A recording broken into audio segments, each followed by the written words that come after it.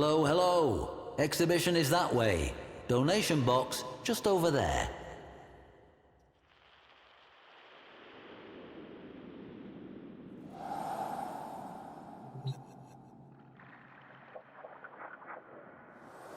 Grendel. Primal. Insatiable. And, as this exhibit will demonstrate, a creature of surprising compassion. After the fall of the Orokin Empire, a surviving Orokin executor, a violet-scented brute named Karish, lorded over Europa's frozen, famine-struck city of Ridda. Safe within his walled manse, the moist and loathsome Karish lived a lavish life, while his frail citizens obeyed every edict in the hope of receiving his pre-masticated table scraps. As the city starved beneath him, Karish commanded yet another feast for himself and his gluttonous sycophants. 12 courses for each of his 12 grafted digestive sacs, and one uninvited guest.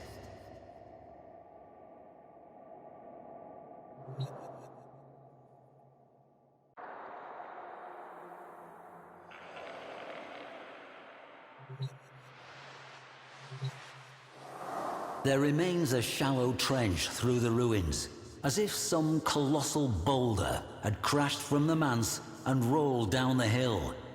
But what if it had rolled up? Imagine, if you will, Karish's Dax on the day, peering out, dumbstruck by what they saw. They readied no blade, sounded no alarm, as the expanding orb of gristle hurled toward them. And then, in a spasm of giblets, Grendel was before them, his cutlery in hand, the masseter.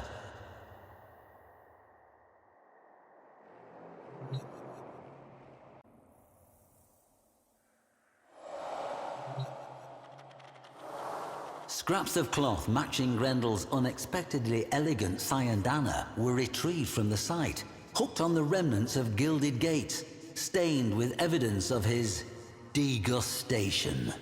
Indeed, most of the Orokin hangers-on who attended the feast became it, and Karish himself fled shrieking into the hills of Ridda as fast as his 12 exosac levitators would carry him.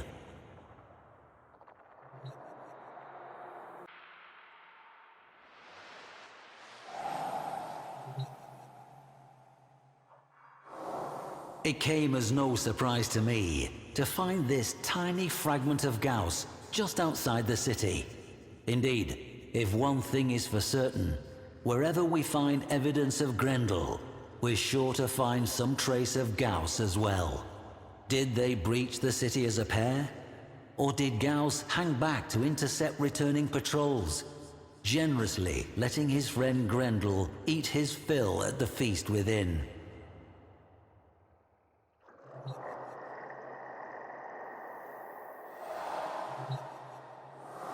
Note the open face, almost more like design.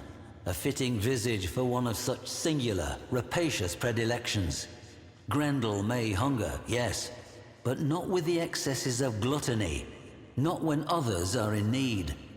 Oral history tells of Grendel, newly engorged from his repast, rolling through the miserable slums of Ridda, reinvigorating the sick and the lame, the hungry and the dying, with the power he had stolen, consumed, from their oppressors.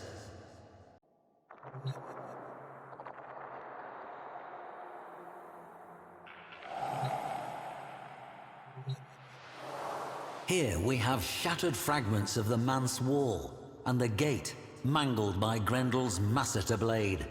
One can almost see the city's masses, newly rejuvenated by Grendel's healthful blessing, storming the manse.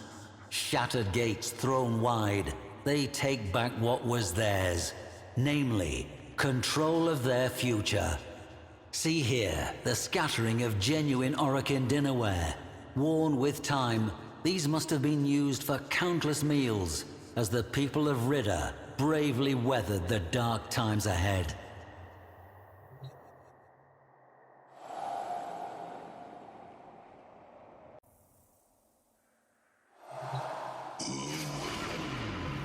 Many warframes have speed and litheness, but power, momentum, impact, these require mass. And there, the creased midsection, the seam, does it split? Yawning open with a jagged, vacuous aperture to who knows? A certain Orokin may have found out. That night, the people of Ridda ate their fill, feasting until the frozen mountains lit warmly with the dawn.